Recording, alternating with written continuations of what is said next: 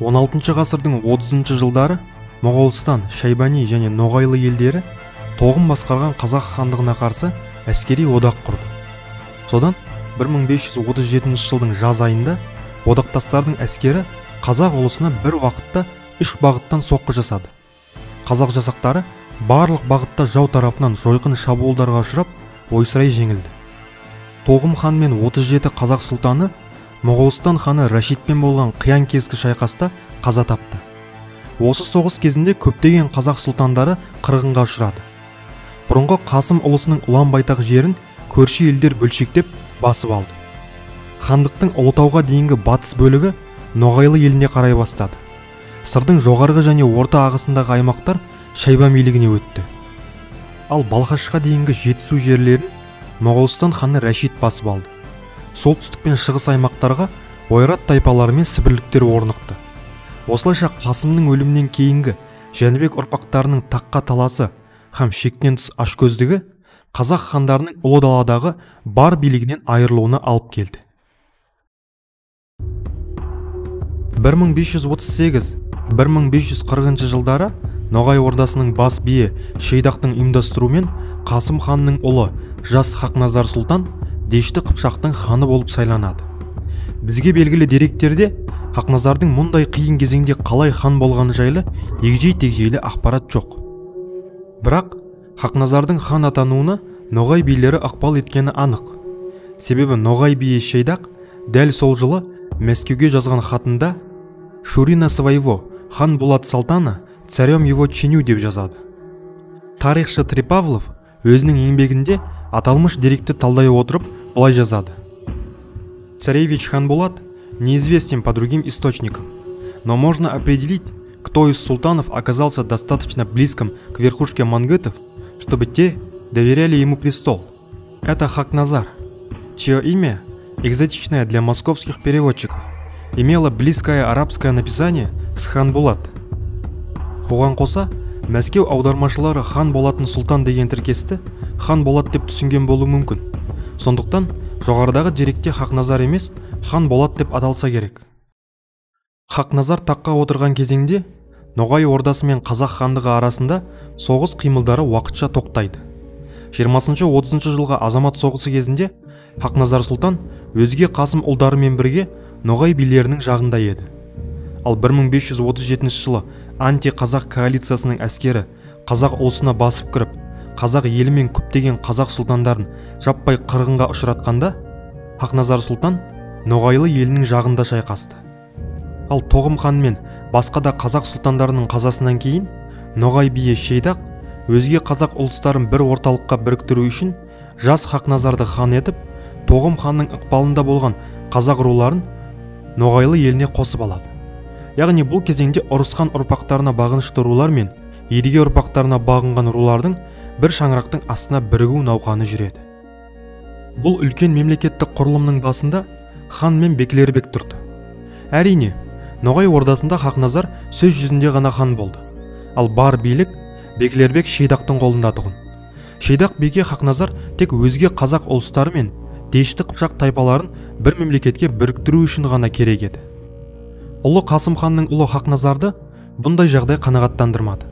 Ол ерте ме кеш пе билікті қолына алуды ойластырды. Кейінгі 10 жылда Хақназар хан сөз жүзінде ғана хан болып ұлысты басқарды. Ұлы даланың нағыз билеушісі Шейдақ би еді. Осы кезеңде Ноғай ордасының жері кеңейіп, саяси ықпалы күшейіп, едіге әулетінің құдіреті арта түсті. Мұндай едіге әулетінің саяси құдіреті жалындап тұрған шақта Хақназар ханға асығыс саяси қадамдар жасамай, ыңғайлы уақытты күту ғана қалған еді. Сонымен 1549 жылы Ноғай ордасындағы бар билік Жүсіп бидің қолына өтті. Беклербек Жүсіпке Хақназардың тақта бұлай ұзақ отыруы ұнамады. Соңғы 10 жылда билік Хақназардың қолында болмаса да, жас билеуші Дешті Қыпшақта ерекше батырлығымен, көрегенділігімен ел арасына танылғанды. Міне осы себепті саяси күші күннен күнге артып жатқан Хақназарды Жүсіп би тез арада биліктен шеттетіп, басқа қуыршақ сұлтанды хан етіп сайлап, елді ары қарай басқаруды ойлады. Ал Хақназар болса, Беклербек Жүсіптің оны тақтан құлатып, өзге біреуді хан сайлағысы келетінін естіп, әрекетке көшудің уақыты жеткенін түсінеді. Осылайша Ноғай ордасының сөз жүзіндегі ханы Хақназар Жүсіпке қарсы шығып, өзін қолдайтын элита өкілдерін айналасына жинай бастайды. Бұл кезде Ноғайлы елінде Хақназар хан әжептәуір бедел жинап үлгерген болатын. Сол себепті ол қысқа уақыттың ішінде ықпалды рулардың қолдауына ие болып, қуатты әскер жасақтайды. Бұрын Қасым ханға бағынған Ноғай рулары Хақназардың жағына шығады. Осылайша Хақназар хан Ноғай мырзаларының ықпалынан шығып, көптеген ұлыстардың басында қуатты әскермен оралады. Сол себепті ол елге оралғанда өзге Жәнібек ұрпақтары Хақназарды еш қарсылықсыз хан ретінде мойындайды. Әскер жасақтап, өз жеке билігін нығайтып алған соң, азамат соғысы кезінде жоғалтқан жерлерді қайтаруды бастайды.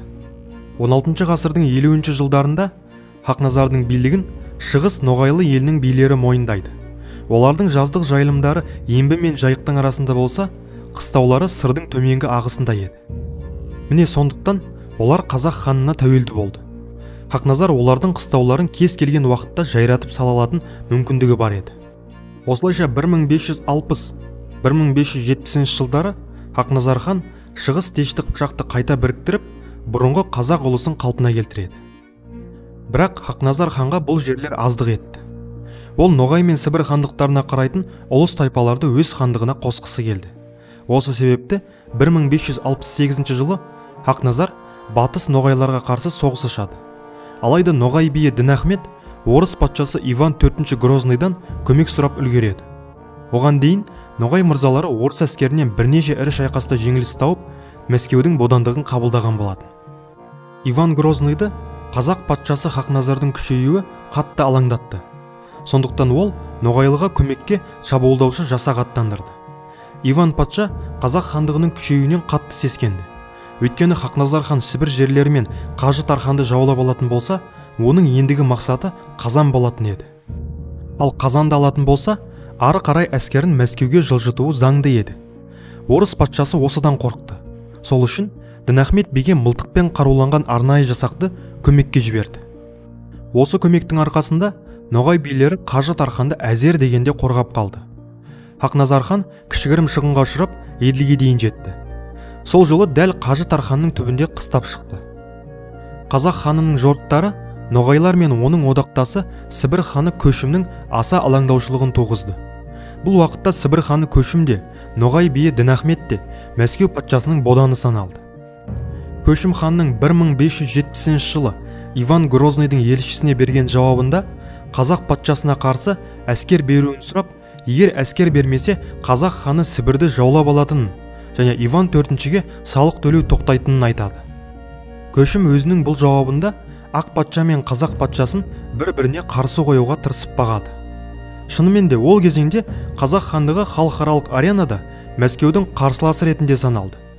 Алайда кейінгі оқиғалар желісі мүлде басқа арнаға жалғасты.